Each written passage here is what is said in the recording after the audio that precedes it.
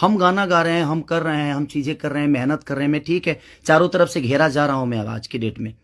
और हाँ, आप ही के समाज ने मुझे घेरा है अभी, उनका नाम भी वही है जो आपका टाइटिल है, जिन्होंने मुझे घेरा है, जिन्होंने एग्रीमेंट में मुझे दबोच रखा है कि हाँ खेसारी को बर्बाद कर देंगे।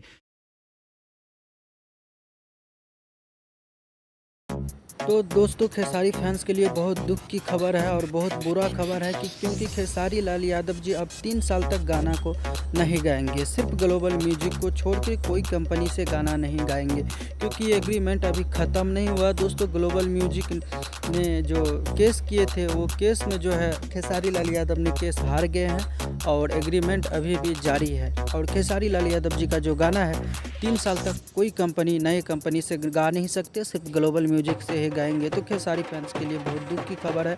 और दोस्तों आप लोग को जो है पता ही है कि हर नए कंपनी अच्छा गाना देते थे, और लेकिन अब ऐसा नहीं होगा। और खेसारी फैंस को अचानक पाँव तोड़ से ज़मीन निकल गया है, क्योंकि खेसारी लाल यादव जी के साथ बहुत बुरा हुआ। अगर खेसारी लाल यादव जी के सच्चे फैन है तो चैनल को सब्सक्राइब।